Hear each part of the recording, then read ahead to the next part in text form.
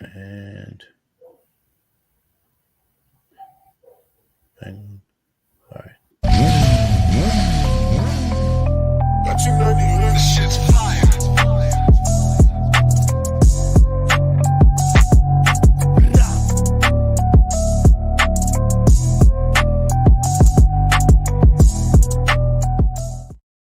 What is up, everybody? Welcome to another live Pendergast podcast. And man, it's an absolute honor to be back. I've been away for 2 weeks. As you guys know, I've been to Texas, just got back from Road America.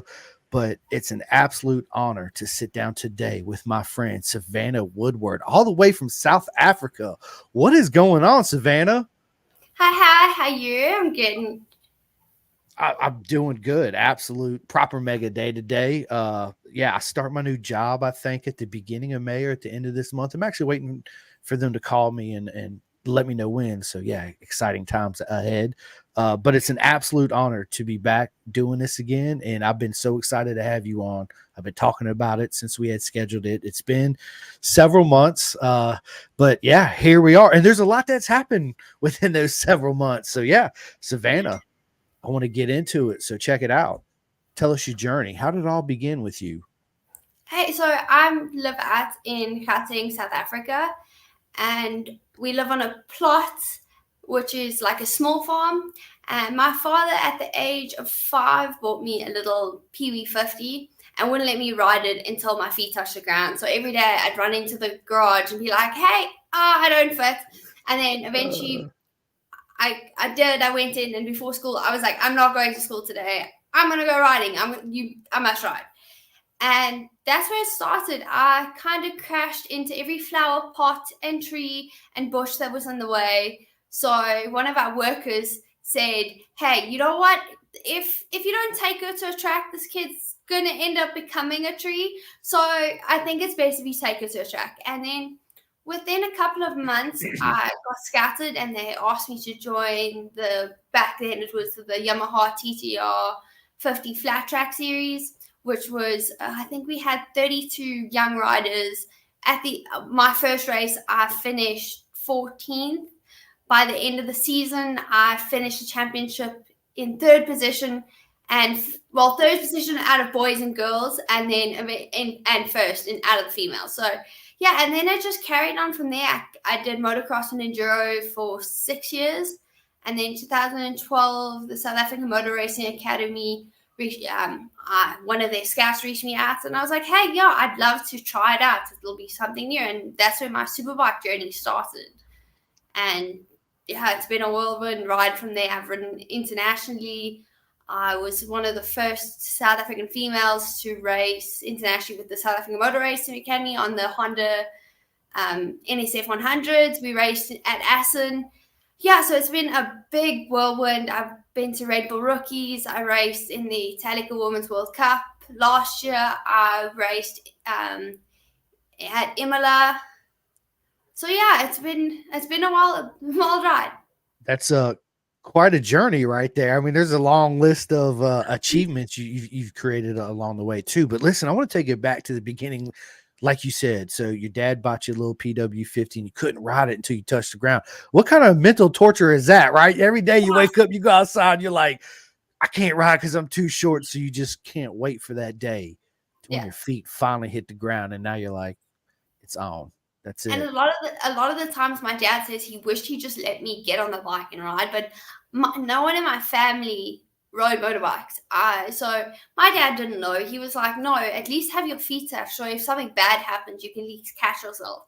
And now he says he wishes he let me ride as soon as he bought the motorbike for me.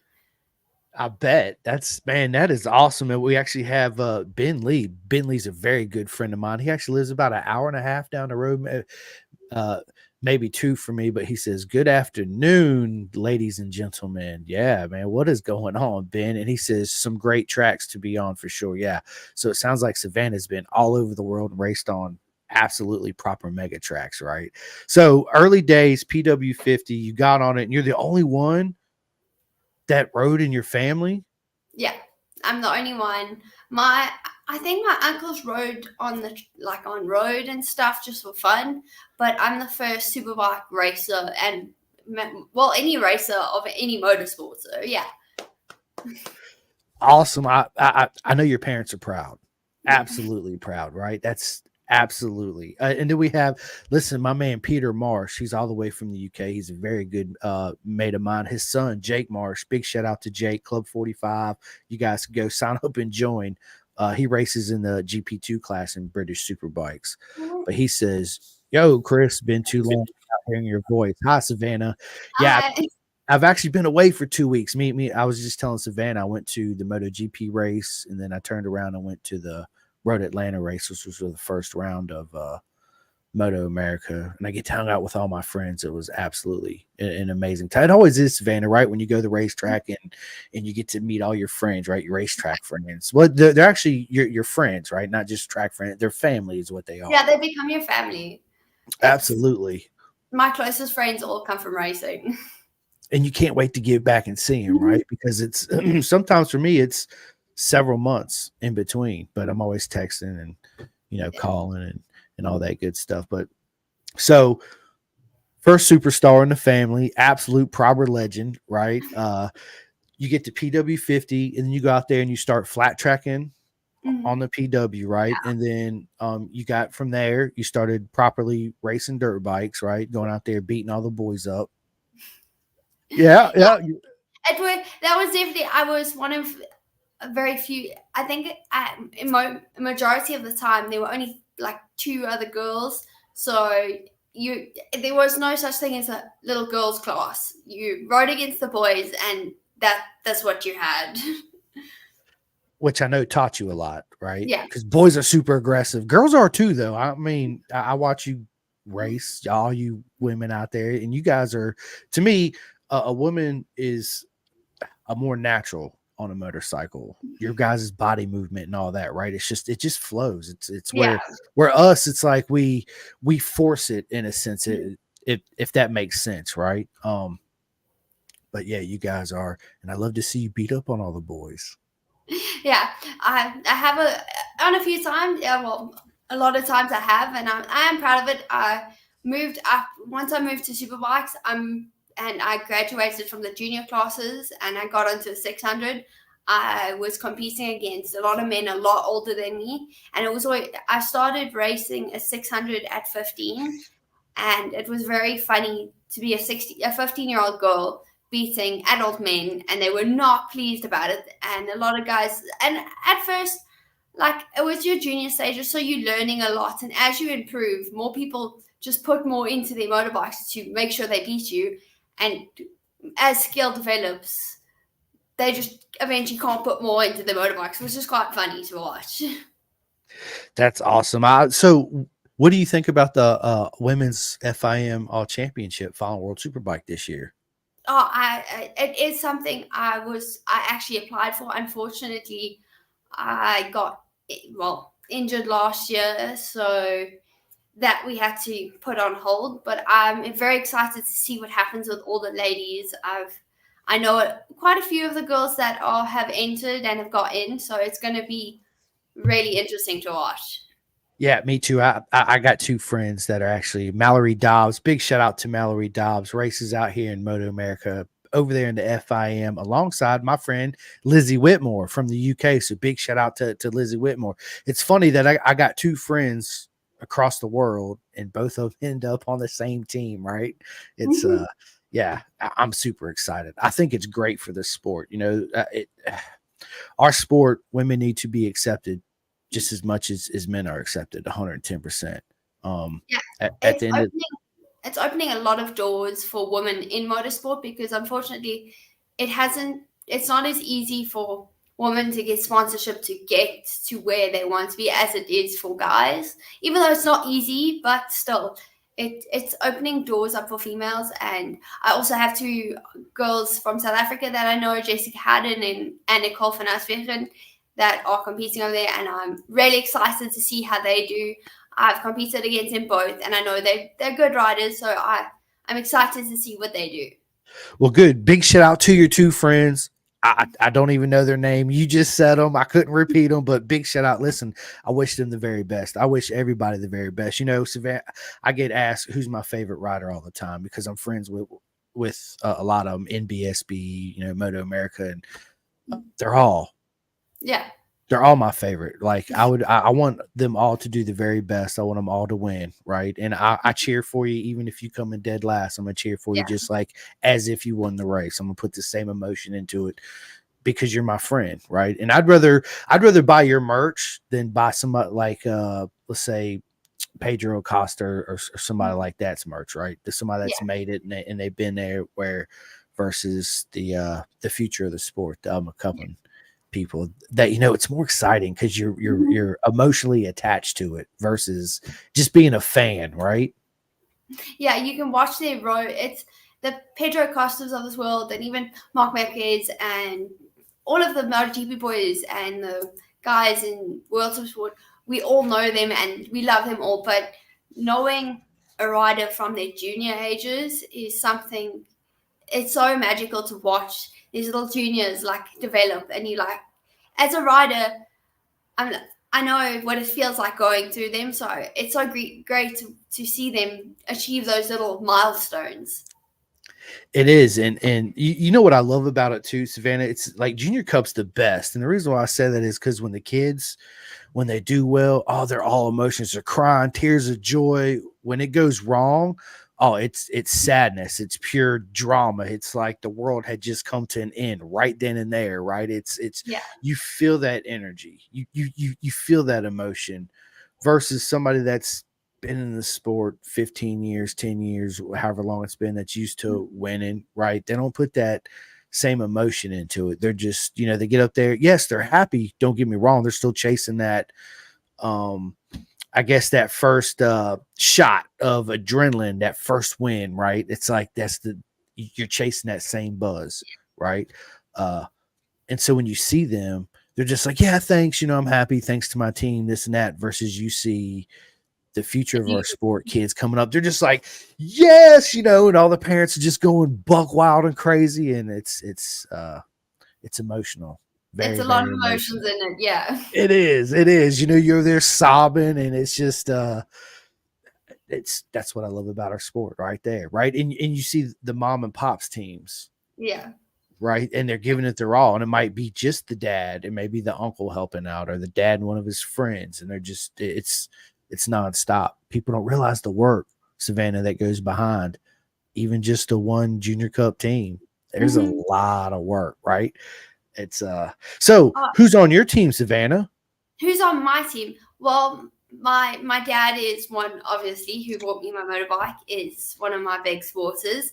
And he helps me with my mechanics and helps me set up my motorbike and all of that. And I can't just really I have the riding for a limb team, so they're one of the the teams that actually helped me get through one of my injuries in the past. So they're a big part of my team. The South African Motor Racing Academy, I have become one of their coaches, so they're also a part of my team, and I do support them as much as they support me.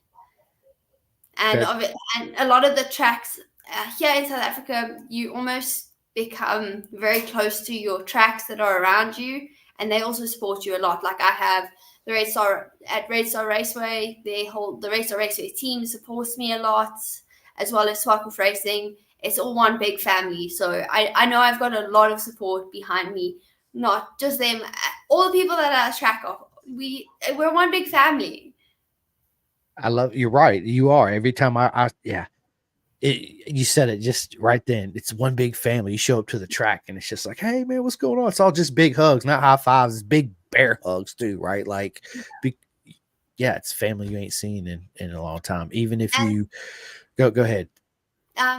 One thing also, a lot of people that are overlooked but are a big part of my support system are our marshals and the medics. I know all of our marshals and medics personally, and I know every time before I ride, even on a practice session or testing session, I'll go out, I say hello to all the marshals, give a big hug to the medics, because I know since I've been in motorsport for so long and on the track for so long, I've had many of the marshals pick me up off the side of the track, as well as the medics, and they are there, And you got to say a big thank you to them, because without them there, we would be nowhere. We wouldn't have what we have without them. We wouldn't be on the track as where we'd be Exactly. without them, right? So yes, big shout out. Yeah, that's why I want to get even corner marshals on the podcast, because they play a vital role of our sport, right? It's our happy family circus is what it is, right? We joined this circus. We didn't realize it was a circus at the time until you get behind the tent, and all of a sudden you're like, yeah, well, this is definitely a circus, you know, because you got to put on one big show. it is, and yeah, it's fun, it's good, it's emotional, it's has its highs, its lows, and at the end of the day, you sit back and just smile and love it even more, right? It's yeah, it's great. It's so wonderful. But so Savannah, so flat tracking, right? Dirt bike racing. What transitioned you into road racing? Well, actually, a good friend of ours, Jason Vessels, came up to me at a motocross track and he said, "Hey, there's this new championship starting, the Honda NSF 100s with the South African Motor Racing Academy. Would you like to try it out?" And on this day, I had been riding my motocross bike, riding, jumping, blah, blah, blah, and then crash. Pick myself up, dust myself off, get back on, and carry on riding. And he was like, "You know what? You can ride a motorbike and you can handle yourself. So what about trying something new?" And that's where I did the switch over to superbikes. But for me, it was for the first, I'd say, 2 years. I was I was slow to be honest. It confused me a lot with the motocross riding is so much different to superbike riding that I was like, I don't understand. And I had been on a motocross bike for 6 years prior, so it was a big change for me. The gears were different ways around. Your riding style, you go from elbows up to elbows down, tucked in, elbows out. It was something very confusing to me, but I eventually got there, and I started doing well. And with the South African Motor Racing Academy, I was one of 10 South Africans chosen to go compete against the boys in Holland, boys and girls in Holland. Yeah. That's awesome. So, sometimes you hear that the stories transitioning from motocross to road racing is a little bit difficult, but a lot of times people just jump right over and it's like click, they just click with it. So your journey was a little bit difficult transitioning over, but once you got it and you started beating up on them boys, you was like, this is it, right? So when you started, Savannah, and you say superbike class, was it more like a junior cup kind of deal? Yeah, it was a junior cup. Yeah. Okay, so like 400 cc's. 100 cc. So it was really small bikes, 100 cc motorbikes. The age range was 7 to 13. So it's a very young class, and it's your newbies you start to get learning on what to go. You get the feel of a superbike, and you learn a lot of racing. And I must be honest, Uncle Neil Harron, who runs the South African Motor Race Academy, put a lot of effort into me, as well as Heinz Skippers. They helped me get to where I am today. Big shout out to them. Absolute big shout out. Thank you guys so much for giving Savannah, which is a legend. You're a legend, Savannah. Absolute, dude. I love it. I love your story. This is great. I have another question, but first we have a comment from Wasim. What is going on, Wasim? He says, "Nice to see Savannah Woodward live. She's a very talented and professional biker. Best wishes from us at RBS Gear." Thanks, Wasim. It's good to hear from you guys. Yeah, he's awesome. Absolute awesome. So the NSF, which is you guys' junior cup, you spent 2 years in there. What was your best result in the category? My best result, I finished third in the championship against the boys on the short circuit series, which is we competed on go-kart circuits on a superbike, and I came third, and I was really proud of myself. And it took a lot of hard work to get there. I bet. So let me ask you this: at that young of an age, and you were beating up on the boys, did you start getting picked on at boys at that? Even then, they're like, you don't. Yeah.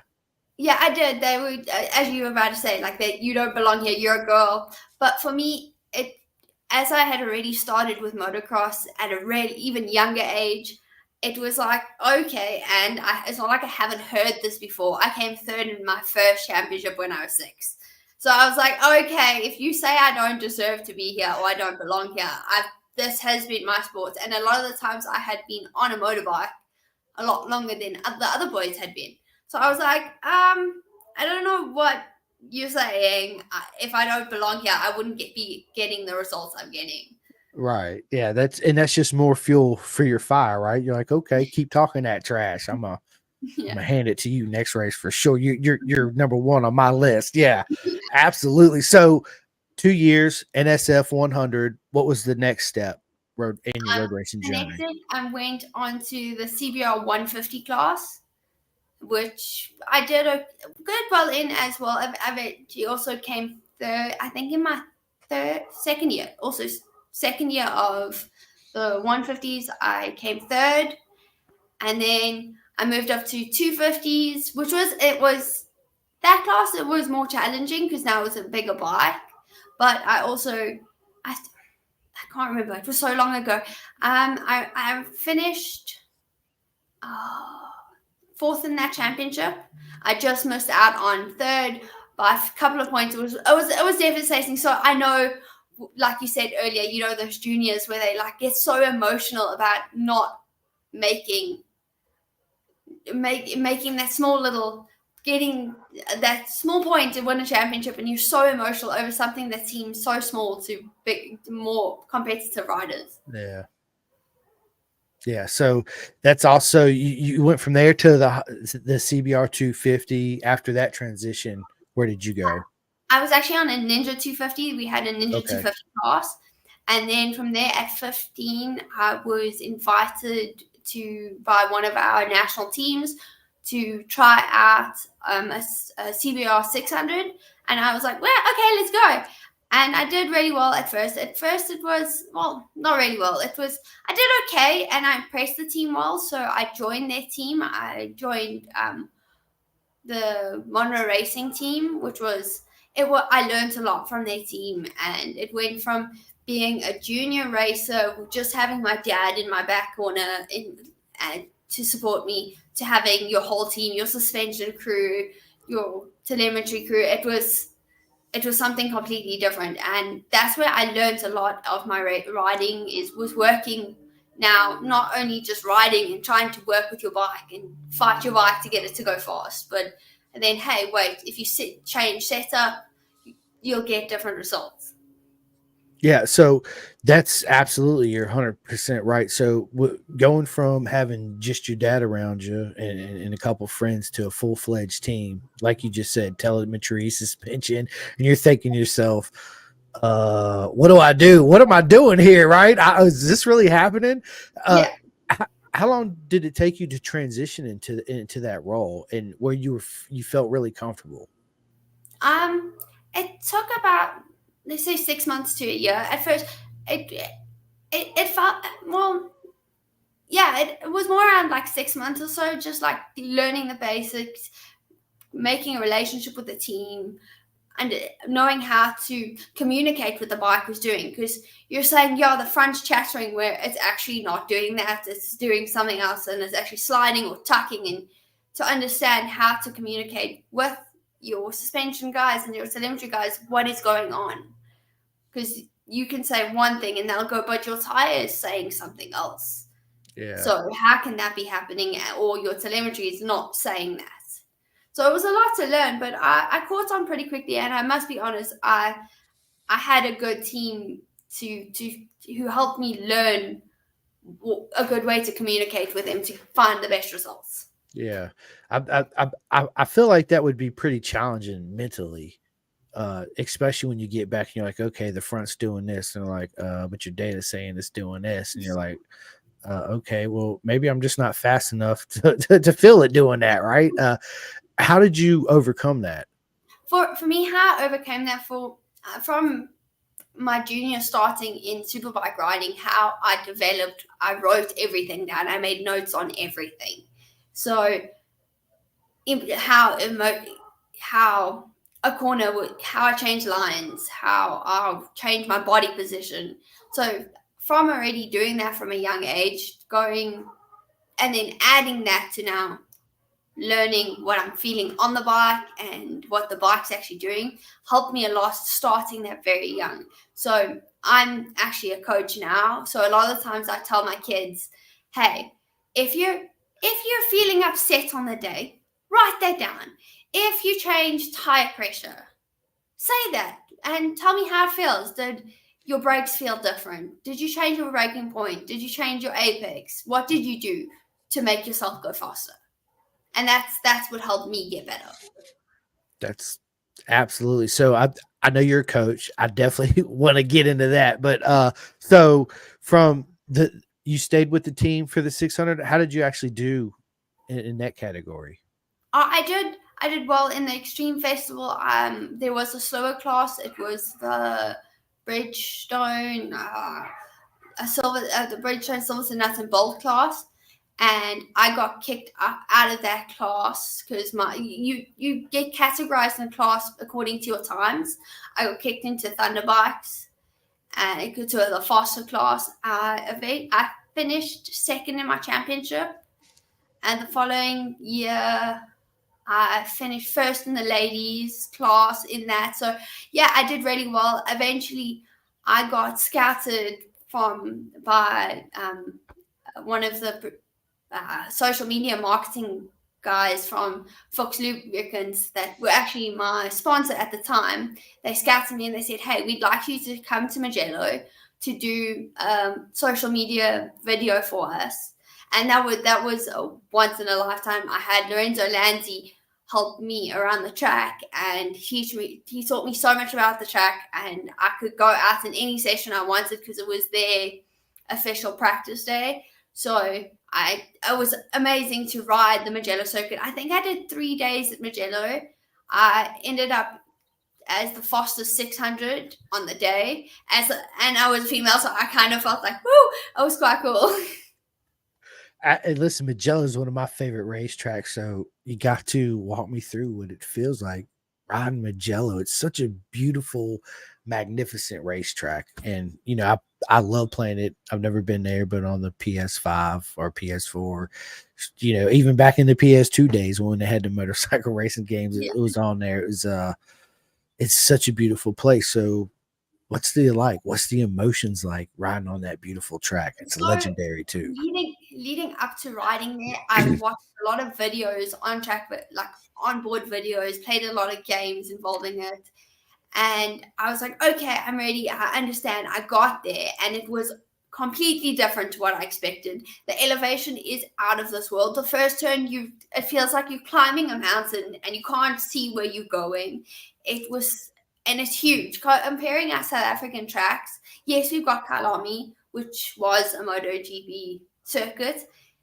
That is nowhere compared. Mugello, it's huge. Like your track space, you have so much space, and you're going up and down and up and down, and you're like, where am I going? It's from learning the track by video and then getting there. I was like, wait, where am I? Am I to the left, right? Where do I go? Luckily, on my first day, I had Lorenzo Lanzi riding out in front of me, so I could follow him, at least tag onto him and see where he was going, and he taught me a lot about the track.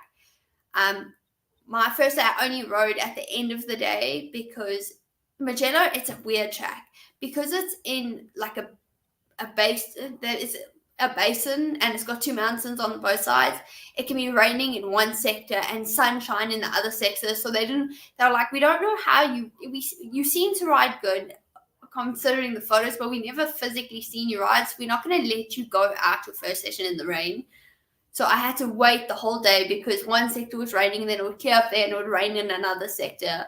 And I was just like, please just let me go out. I can ride in the rain. I'll be fine. And they were like, no, we're not letting you out on a track that you don't know for a promotional video in the rain. No, because you're going to fall and there's going to be a big mess up. So eventually by the end of the day, I could go out, and I just came back with my eyes like, I was like, I just rode Mugello. I know, right? Especially coming out the last corner. What gear are you in coming out that last corner before the straight? Like third? Yeah. Yeah, third, and then coming down that long straight, and you got that hump right there. Yeah, the whole way, and then you come with the break. Yeah, because like all tracks, Savannah, we always know you see them on TV for years, you played them on video games, and you show up and you're like, holy shit, look how steep this hill is, right? Same thing with Magello. You gave a great impression, and I assume the whole track's like that too, right? Yeah.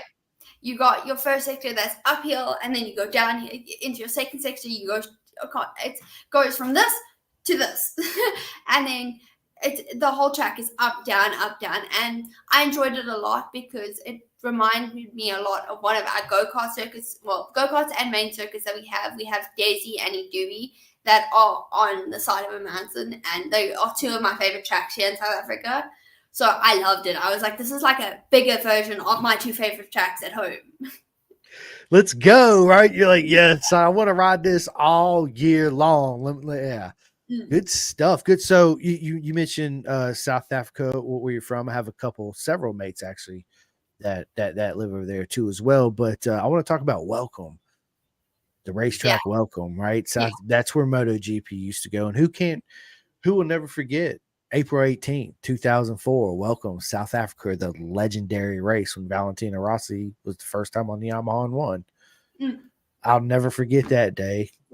It's like embedded right here in my brain. Never forget it.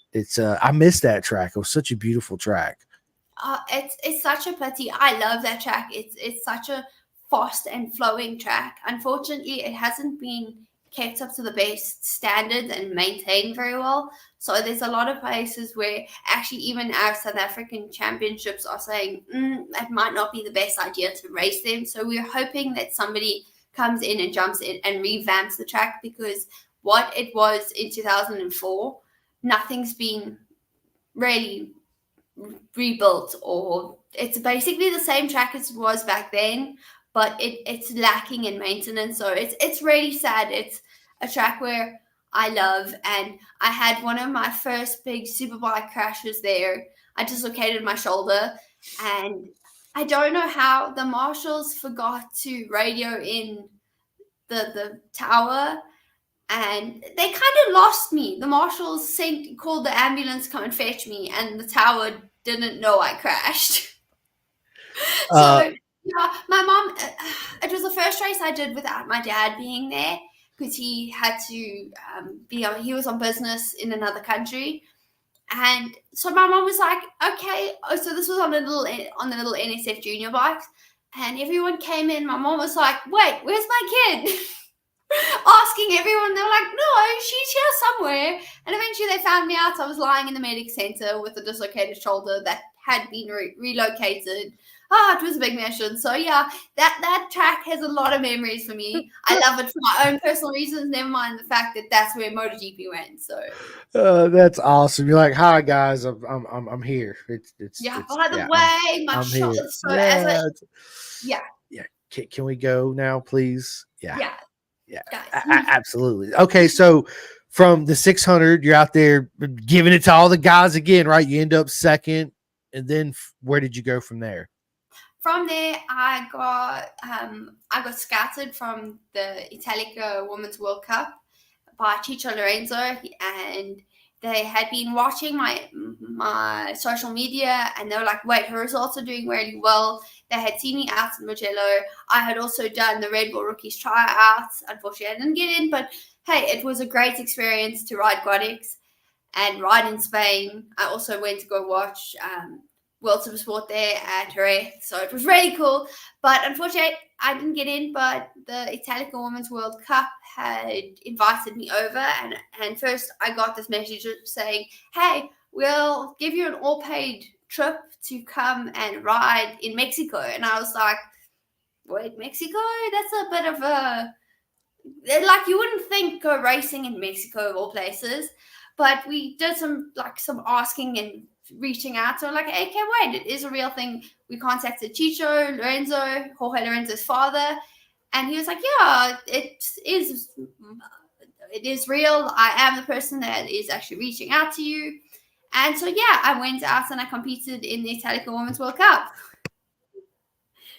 That is proper mega, right? Jorge Lorenzo's dad. So what's he like?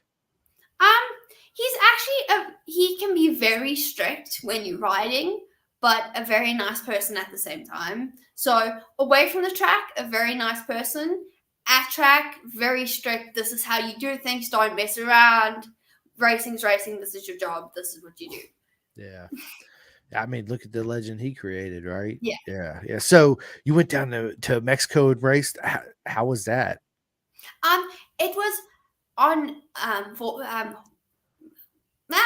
Italica Vortex 650s. Sorry, and it was a different motorbike altogether. It was like a motard / road bike. It was something completely different. But I had raced motards back here in South Africa on the short circuit, so I kind of had a feel to the bike, and I learned a lot. But riding new tracks every race was something. It was you get there, you can only study a track map because a lot of the races in Mexico you can't find onboard footage, so you don't know the track. You have 3 days. Oh no, it was 3 days practice before, and then there you go racing Saturday, Sunday. So yeah, I couldn't imagine being in a new country, new tracks that I can't even watch on YouTube or play on a PlayStation, right? So how did you learn them? What was your best way besides the track map? Our best way was we had instructors go out in front of us in the first session, and we had Jorge Martin help us, and Chicho Lorenzo, he sat there. Not Jorge Martin, Jorge Perez, he was an old past rider from Spain. He also was there helping us a lot. And Chicho Lorenzo sat there and was like, hey, this is what you do. Unfortunately, so we had a five race season. In my last race, I had a really, really bad crash that put me back a year. But it happens. And I'm just hoping to push forward. And yeah. You will absolutely be back whooping up on the boys before you know it, right? So, all you boys listening, or that's gonna listen to this on Spotify and Our Heart and all that good stuff, watch out because Savannah is coming back, and it's gonna be trouble, absolute trouble, right? So, listen, riding, racing, growing up, it's an absolute proper story. Thank you so much for sharing it with me. I absolutely enjoyed it. So, going from road racing to coaching. So how did all this come out to be? Was it the whole time? Like, let me ask you this, Savannah. At what point did you think to yourself, you know what? I would like to coach sometime. Is it something that you actually put some thought into for a while, or is it just kind of, hey, I'd like to give that a try, spur of the moment, kind of hit you at one time in your head and was like, yeah, let's do it?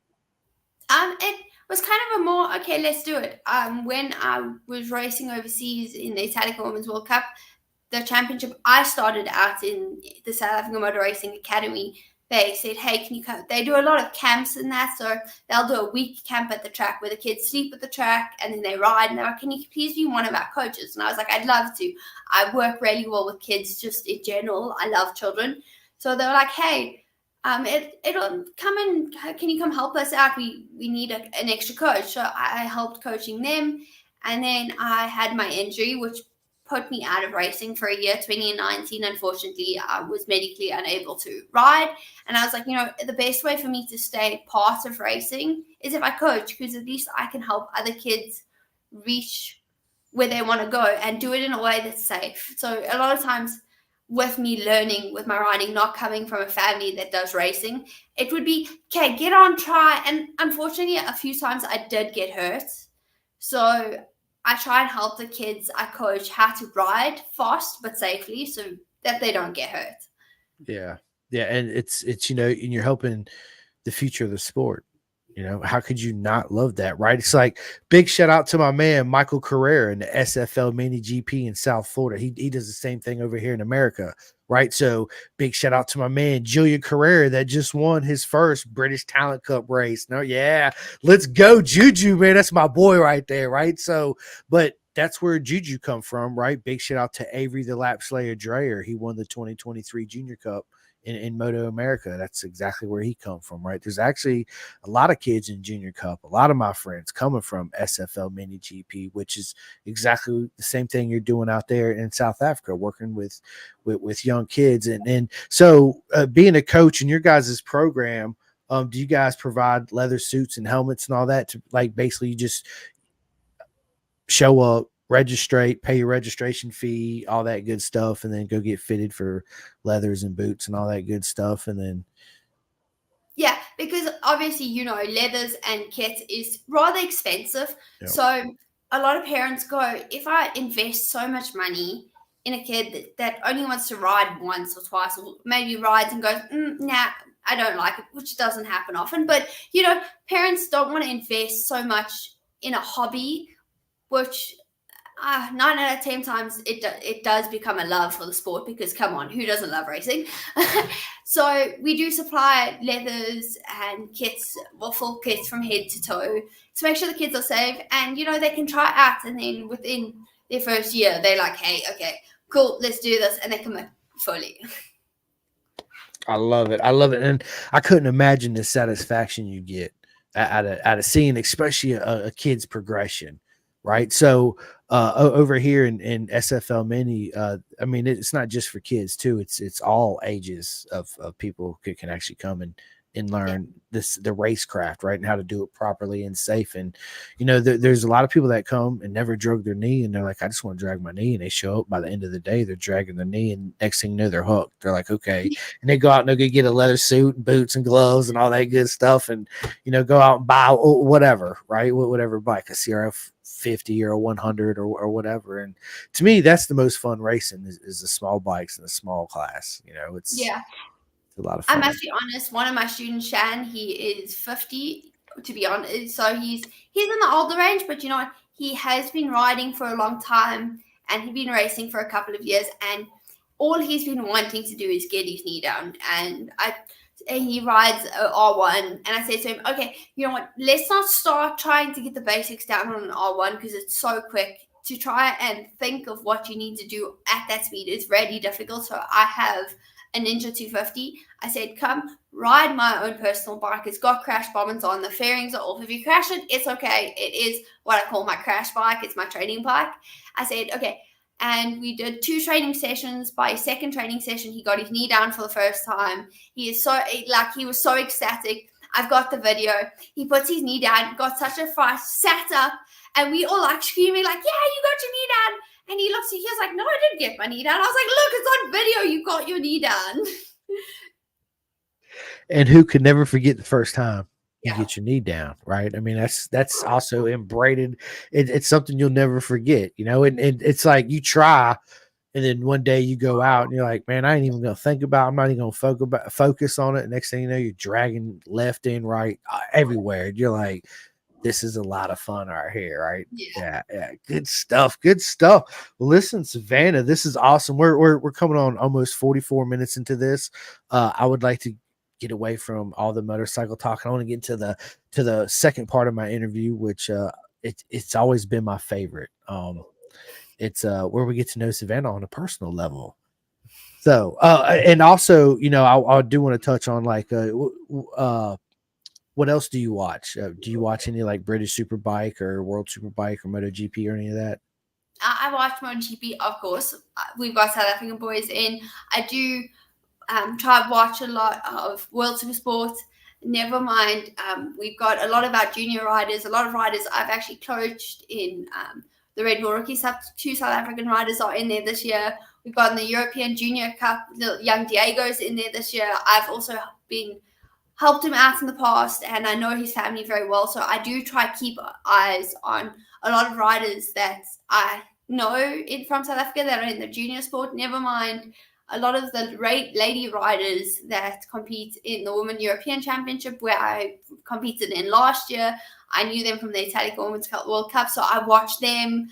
So yeah, I do try to keep track on a lot of our riders. I must be honest, I'm rather proud. We are getting more and more South Africans out on the European side. Like we've got in the CRV Championship, the CEV Championship. So we're starting to spread our wings and get South African riders out there internationally. That's awesome. I mean, you guys got Matty Skoltz over here, right? He's an absolute proper legend, right? He's doing good on the 600 too. To be honest with you, I thought after all those years on the super bike that he would actually struggle a little bit transitioning from a super bike to a super sport machine, just because it's an absolute total different machine to ride. It's all about corner speed. It has no power. It's the way you ride it, your riding style. I mean, it's a complete different animal, right? It sounds easy, yeah, 1,600, Yeah. but he's absolutely did a mega job this weekend. So yeah, big shout out to Matty Skoltz. Glad to see that he's Maddie, still here. I must be honest, I've known Maddie for a really long time. He actually coached me back when I was on NSF 100. So I know Maddie very well, and I look up to him a lot because he was my coach when I was in the junior leagues. And he was one of the coaches that also helped my riding go from really slow to not so slow to kind of getting quick. So yeah, he is a rider he rides really well. As Yeah, well as we've got other riders all over, and yeah. that's awesome, Matt. Yeah, Maddie's an absolute animal beast. I love it. I'm a huge fan. Like I said, I'm a huge fan of Brad Bender. I like his style. You know, I always like the because everybody thinks he's the underdog, and he's so fast. I mean, when he gets it right, it's yeah, Yeah. Once yeah. he gets it right, he showed it back on Moto 3 where he started on the back of the grid and finished the race in first. Like when he gets dialed in, he can do some amazing work. So I just hope soon that he can get it dialed in with the MotoGP bike and he can do as well as he did back in Moto 2. Well, not even Moto 2 because he skipped that, but back in Moto 3. Yeah, yep, absolutely. Me too. And you know what? He will. He'll get there. I mean, KTM obviously wholeheartedly believe in it. I mean, they gave him a 4-year deal, right? And didn't they just no, he's still got a 2-year deal, so his contract's not up for another 2 years. So yeah. All right. That's awesome. So let me ask you this, Savannah. Tell us something we don't know about you. Oh, something. So believe it or not, okay, yes, I started out motorbike riding very young, but from young, I also did dancing. I did hip hop and modern, and that kind of took a break. I used to do dancing. I competed. I did live shows at a very young age. I sold out to shows at like casinos and stuff with obviously my dancing crew. But then motorsport happened and everything kind of went for a break. So my girly side it never really was there, to be honest. I always had a more adventurous side. I wouldn't say masculine side, but an adventurous side. I was always the little girl that was climbing trees and doing things. So yeah, I started the dancing side, but of course, motorbikes took over. That's all. I didn't know that. A dancer, right? Yeah, that's all. I've never been a dancer. I can't dance worth nothing, right? Yeah, so that's awesome. Did not know that. That's good stuff. Good stuff. So, Savannah, what's your worst habit? Oh, my worst habit. I don't know. Oh, worst habit. I don't even really have. I enjoy the gym a lot, but I can be really lazy at the same time. Right. Hey, everybody has a little lazy side to them every once in a while, you know. So yeah, absolutely. So let me ask you this: if you can invite 3 people to any track day, any 3 people in the world, that could be racers, that could be movie stars, it could be family, it could be anybody. What 3 people are you taking to this track day, and what track is this track day going to be at? Okay, first, one of my good friends that I train a lot with, well, I have trained a lot with in the past, is Bjorn Esman. I've had a lot of fun times on track with him. Darren Lorero, he's a crazy rider. Him and I, when we were younger, we used to train a lot together. And of course, Brad Binder, I've coached a lot with him. So yeah, those 2. And they're all international riders and people I know personally. So on a personal level, I know off track, we'd have a lot of fun, a lot of conversations, but on track, I know they're people I can trust with riding, but we'll have a lot of fun at the same time. That's Bjorn, he's actually Brad Bender's secondhand man. Yeah, I know him too as well. I met him. See, the first time I met him, we was actually friends on Facebook. Was it the first time I went to COTA? thinking about it. I've been to Coda 6 times. I think it was the first year I went. Might have been the second. And I was like, yo, man, I'm going to Coda. I got a pit pass, so I want to meet you, right? So I ended up meeting them. And yeah, ever since then, we've been friends. I meet them every year at Coda. And then when I was at Cadwell Park, I turned around and he's standing right there. I was like, bro, what is up, man? Right? Yeah, what is going on? Yeah, so he's absolute legend himself. Yeah, good stuff. That's awesome. All right, so let me ask you this: if Savannah had her own island, her own personal island where your house was, right, and you could have one racetrack on your island, what racetrack would you have? Oh, I know there's a lot of amazing international tracks. Like, I absolutely loved Imola because of the elevation, all that. But a track that a lot of people internationally won't know, but South Africans will know, is a Dewey Raceway. It's on the side of a mountain. It's a crazy go-kart circuit that is extremely fast and has so many blind sides. You go over a hill and you lift the front wheel going up and over. So yeah, it would be a Dewey Raceway. I love it. I love it. What's your favorite movie? Oh.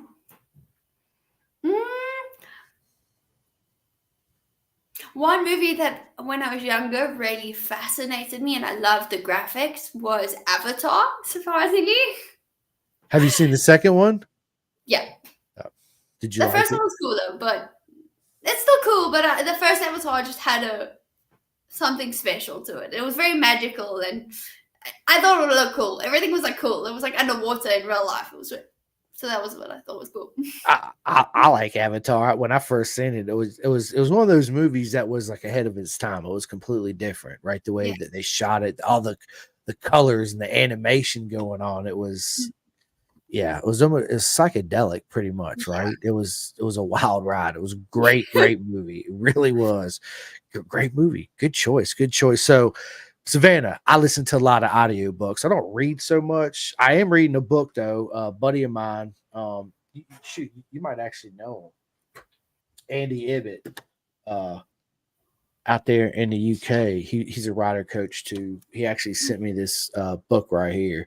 So I'm actually reading this one physically with my eyes reading, but I listen to a lot of audiobooks. Do you yourself read or listen to audiobooks? I do. I'm trying to think of the book's name. It's a book that actually helped me a lot through recovery. It's about, no, I can't remember the name exactly. I do apologize. It's about the power of your brain and how you can use your mental state to physically heal. What's it called?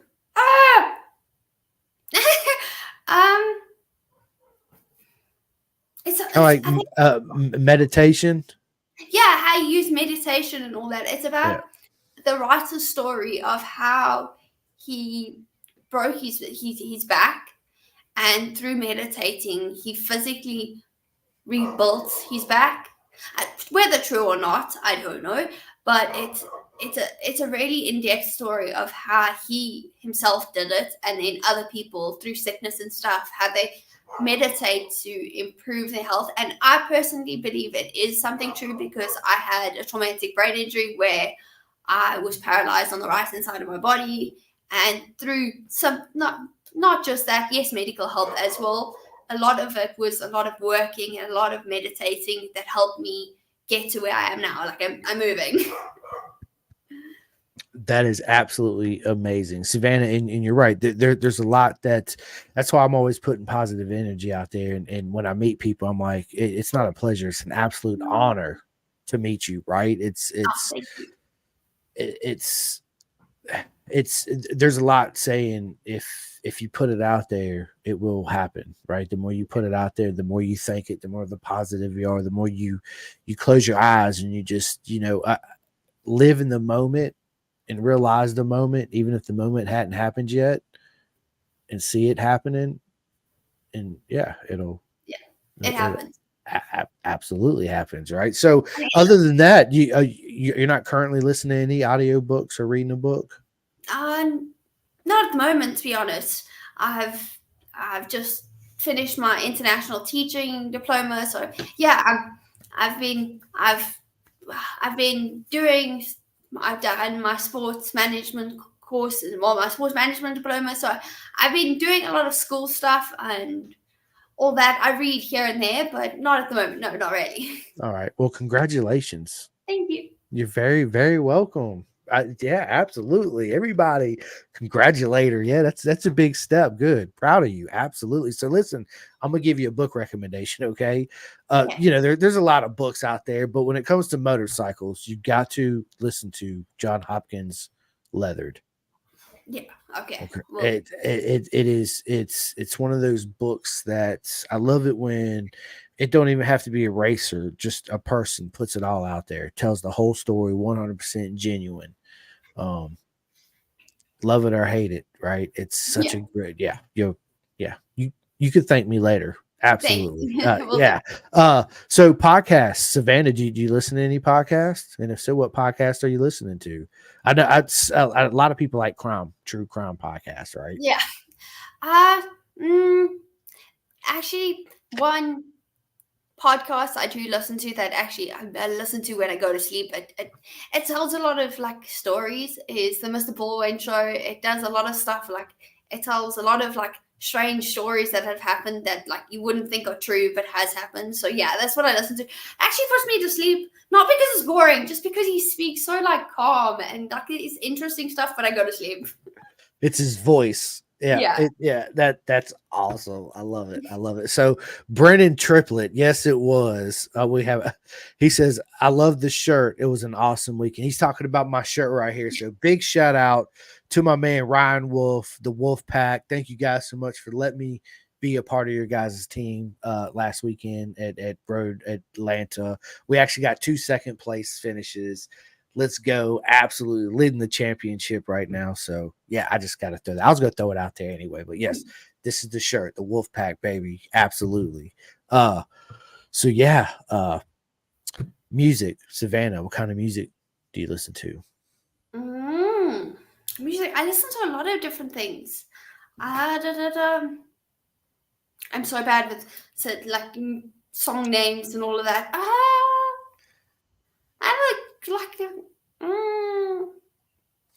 what's the song I like? I forgot the name.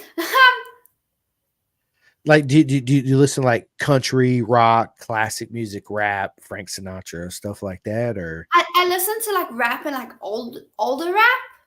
I do enjoy that. So, who's your favorite older rapper?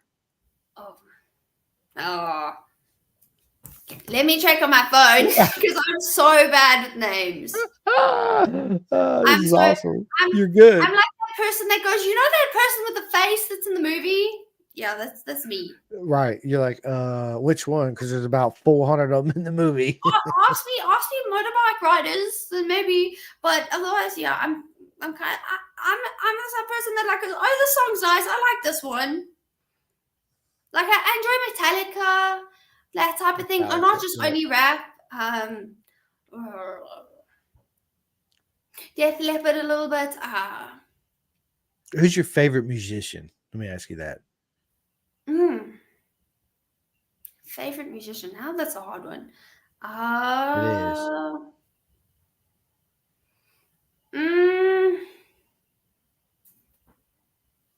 I'm not too sure.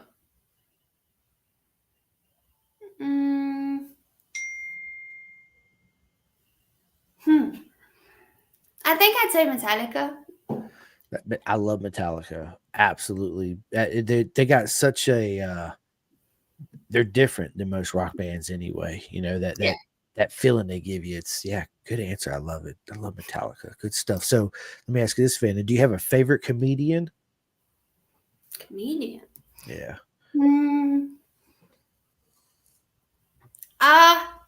He's a South African comedian. So South Africans will know him very well. Leon Schuster.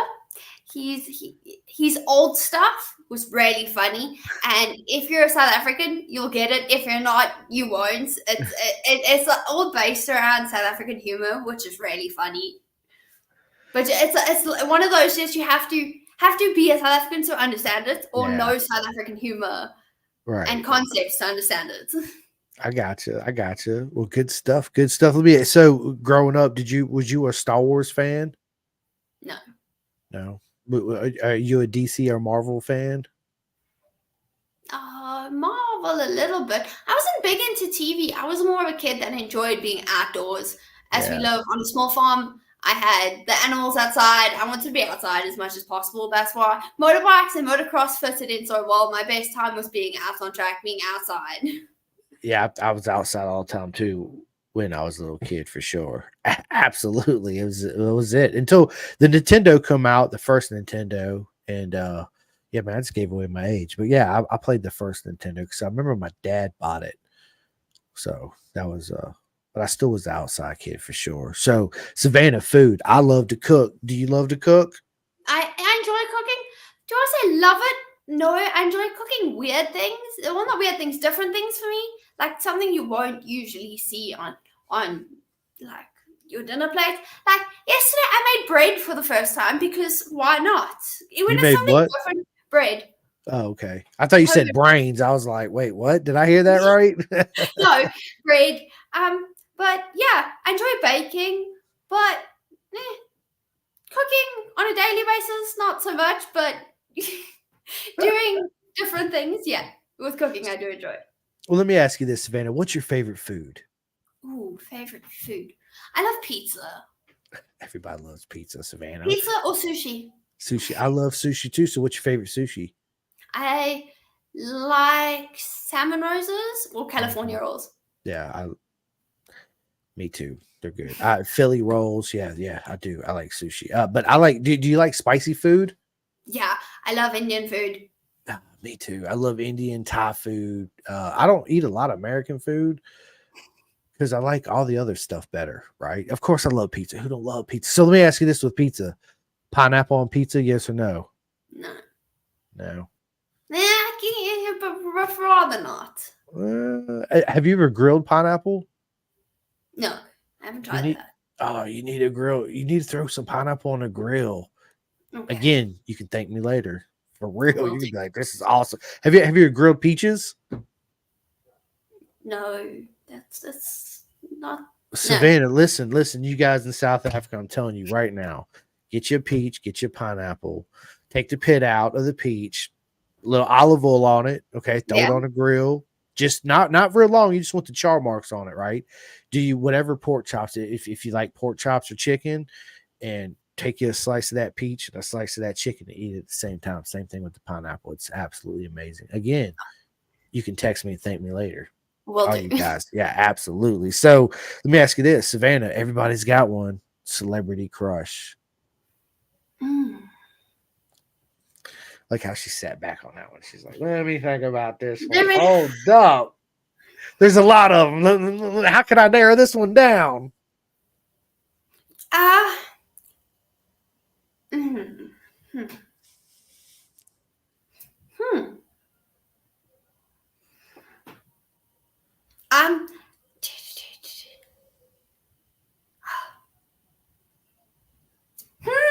This one's a hard one. It is.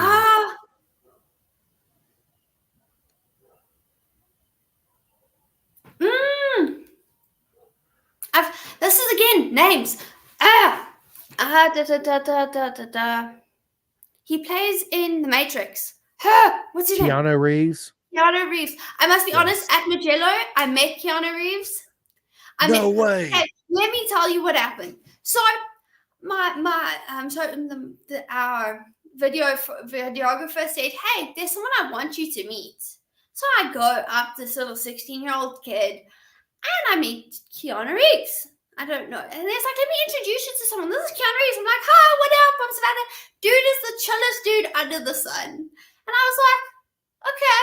He was like, yeah, you guys will take a photo together. And I was like, okay, cool. We eventually ended up chatting about our writing. I was like, oh, you're struggling in this corner. Try this, try that. We had this whole big fat conversation about writing. I didn't even realize who I was talking to.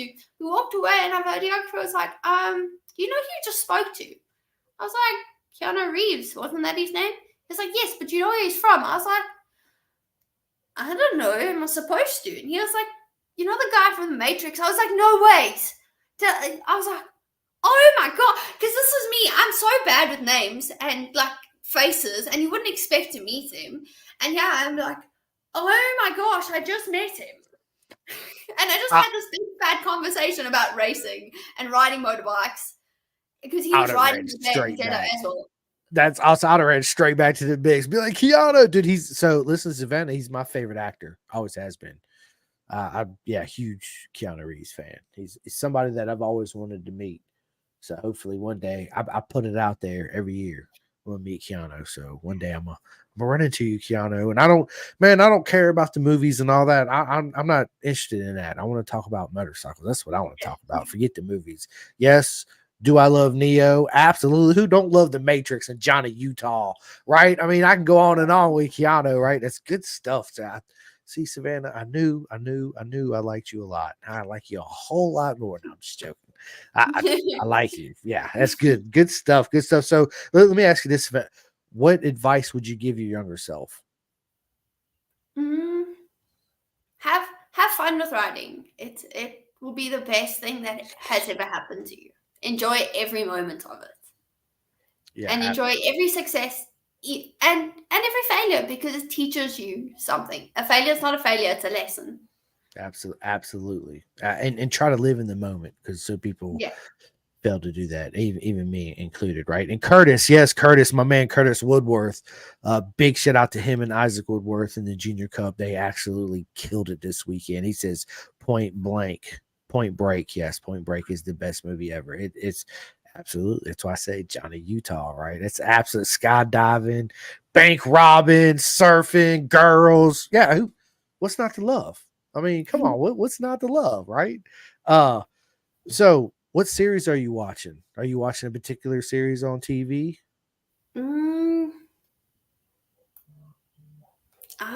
At the moment, I'm watching The Gentleman. It's been something kind of different. It's been a crazy series that kind of like hooked me, believe it or not. Nice. Me and my wife, we actually just started Ozark. Everybody keeps telling me Ozark. So we actually started Ozark, which is yeah, you should watch that. It's the first 2 episodes are crazy. I'm not gonna give nothing away, but it's pretty good. So Crazy. yeah, it's absolutely. So what other sports are you into, Savannah? Like me, I watch soccer, football, the real football. Did you watch anything? Basketball or Being a South African, rugby is a big thing in our country, so I do watch our international rugby games, a bit of local rugby as well. Like Go Bokke, we won the World Cup, so come on. Otherwise, not really. I watch a bit of car racing here and there, but not really. Mostly just super biking and a little bit of rugby, I guess. Yeah, I mean, I watch soccer. I do watch some car racing every once in a while, Formula One every once in a while. Yeah. It's well, as soon as it starts to get boring, I'm like, okay, Yeah. I had enough of Go that. over this. I'll go play PlayStation or something, or go clean my bike or something like that. It's nothing like superbike racing. Absolutely not. Absolutely not. So let me ask you this: PlayStation or Xbox? I like PlayStation, to be honest. Yes. I used to enjoy Xbox, but I've kind of turned to the PlayStation side. You come to the dark side. I love it. Yes. So what game are you playing right now? I forgot what it's called. It's a car game where you do laps and you try to get the fastest time. And for me, as a superbike rider, it's so difficult because I'm trying to take superbike lines and it doesn't work. What's it called? Gran Turismo. Yes. And you're like, I just want to get the right line. And for me, I'm riding a superbike line, which doesn't work on cars. So, but I'm getting there. You play on the PS5? Yes. Listen, when we get off here, I exchange gamer tags with all my friends from around the world, and I play that game too as well. So we'll have to get on there sometime together and play for sure because I love to race. Yeah, Gran Turismo, man, it's such a great game. It's and I also play Ride. You know, like Ride 5, Ride 4. Ride 5, yeah. Yeah, it's like Gran Turismo, but for motorcycles. It's one of the best games that's ever made. It's absolutely amazing. So, Savannah, favorite racer growing up. Who was your favorite racer growing up, and who is your favorite racer right now? Favorite racer growing up, of course, the limelight of all, Valentino Rossi. Like, of course, like he was the rider that changed from old style to new style, still kept it on two wheels. Then obviously I met in meeting Chicho Lorenzo, and I fell in love with Jorge Lorenzo's style because I ride a lot similar to what he does. I was like, wow, okay. Now at the moment, obviously, when the Binder Boys got to GP, got to GP, I supported them. They've always, you got to support homeboys. And then, at the moment, I Pedro Acosta being the newbie, I love the excitement he's brought back, like Mark Marquez did. So I'm watching him very closely because the whole rivalry thing, I think, is just something It's something. It's something we're really missing in our sport. Yeah. We don't have that rivalry no more, right? We don't have that shit talking, none of that no more. Everybody wants to be friends, which is okay, but we need that as fans, man. We want that. Yeah, We want we that need the rivalry rivalry back. of We need fans. it. Yeah, and Pedro's starting to bring that back, and which is good. So we'll see. We'll see what happens. So yeah, it's gonna be good stuff. Good stuff. So Savannah, what's life after racing? I don't think there's ever life after racing. Right? I think I'll always be involved in racing with coaching, and I don't think I know anyone that's been involved in racing that just has stopped Yeah. somewhere or another. Yeah. Well, So good. after competing, it's coaching. I'll always stay involved in racing. It's been a part of my life forever. So Absolutely. What's your favorite color? purple, purple, Purple. purple. Like it. I like it. If I you like it. if you see, okay, my superbike is in pieces at the moment, so unfortunately I can't show it to you at the moment. But my riding kit, everything's purple. It's always been purple, crazy. I like it. I like purple too. As you can tell, I got the green, the purple, and the pink in my logo. Well, mine and Jules. But yeah, it's good stuff. Colors, man, old school like 90 Kawasaki colors, right? Mm-hmm. That's something we're missing too in the market, right? Like everybody's got bland colors. We Yeah, need that. it must be bright and colorful. Thank you. Even the rims, change them from black or gray. Bring something proper, like Yeah, a pink and a purple one, or a bright orange and a yellow. Or dude, change it up. Seriously. bring back Lumo colors. Facts, please. Neo colors. Yeah, absolutely. So Savannah, preparing for battle is what I always call it on a motorcycle. Do you have any superstitions you do? Like, uh-oh, I think we lost her. But hang on. We'll get her back.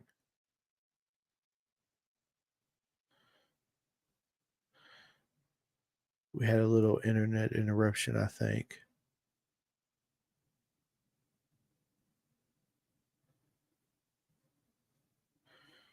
Hang on one second. Let me see. You guys just give us a second.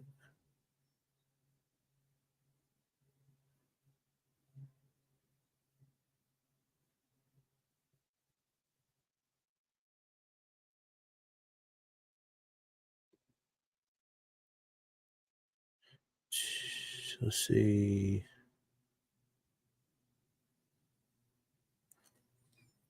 All right, she backed out. So I was going to send her a message, back out and come back in. Hang on, guys. Just give me a second. We're going to work this out. We're going to get through this together, as my buddy Richard always says.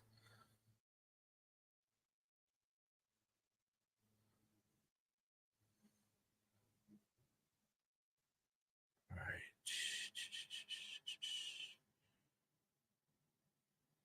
Let's see.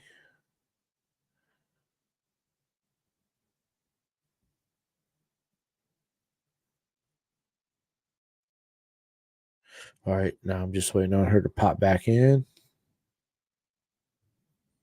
And we will pick it right back up. So how here we go. Oh, device is not connected. Hang on. We will need to connect their mic before you can add them.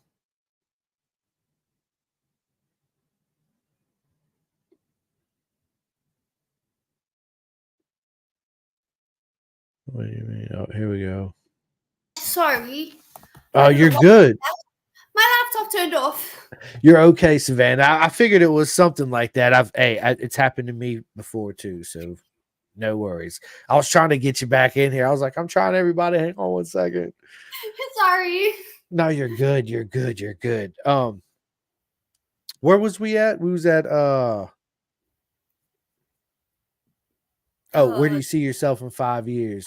Or no, what's life after racing? You said you'll always be in coaching, which is everybody's dream, right? To stay in the sport you absolutely give your whole life to. It's absolutely good stuff. Good stuff. So where do you see yourself in 5 years, Savannah? Oh, in 5 years. Hopefully, my injury a few years back took me a few steps back with my competing.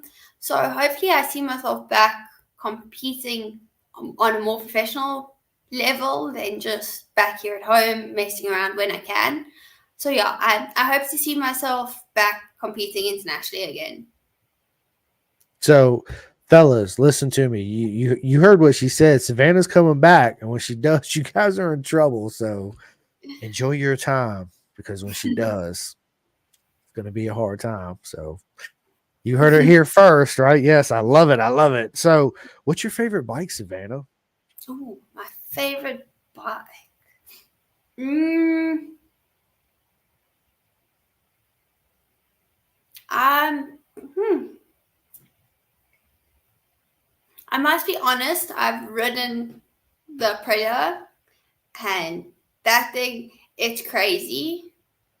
It's something I enjoy, and it's the one that's in the 1,000, that can compete in the 1,000 category. You know, it for me it was something. It was climbing on a 1,000 cc that rode like a 600. It had the handling of 600, so that's why I enjoyed it so much.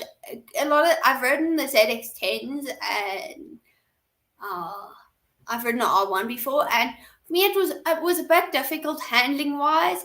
I also the BMRR is something I find extremely stunning.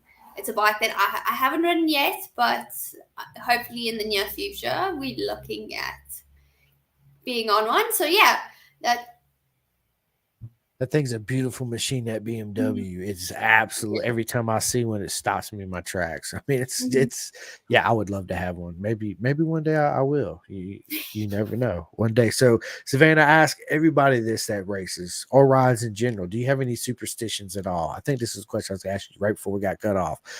Meaning that do you put your left boot on before your right boot, your left glove? Do you listen to certain music before you go out, prepare for battle? What's yours? my one rule is when you're at the track, never speak about crashing. I have seen so many friends and myself, you go, oh, how funny would it be to crash, or to crash on this corner, or crash like this, and you end up falling. When you're at the track riding, you don't talk about crashing. Like, it's just, that's something for after you, like, you can talk about crashing when you've done riding. If you're going to come to the track and ride, you don't talk about crashing, because you will end up in the kitty litter. 100%. 100%. I love it. Love it. Love it. Love it. Well, Savannah, this has been absolutely a proper mega time. It's been an absolute honor to have you on. We're coming up almost an hour and 20 minutes. I told you to go by pretty quick. Yeah.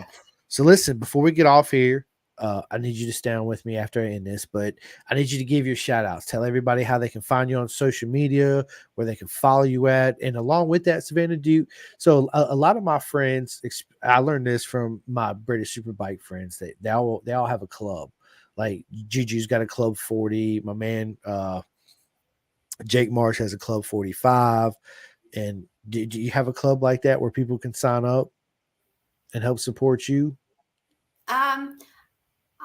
You can follow me on Facebook at Savannah #77 or Savannah _77. Savannah _.77.